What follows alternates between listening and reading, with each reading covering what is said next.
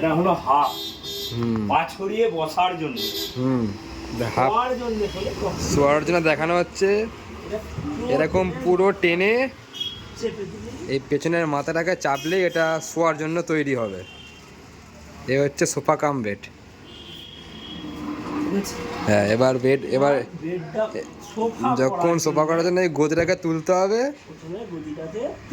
এর ভেতরে একটা স্টোরেজ আছে, স্টোরেজ এই স্টোরেজ। হ্যাঁ, এই যে মালটা এর মধ্যে রাখা হবে। হ্যাঁ, এই বন্ধ হয়ে গেল। হ্যাঁ, যাতে পাল্লাটা পুরো লেভেল থাকে। তারপর ঠিক এরকম করে ধরে, হ্যাঁ, এরকম সমানে পুরো সোফা হয়ে গেল। ব্যাস, ড্যামেজটা ঠিক হয়েছে।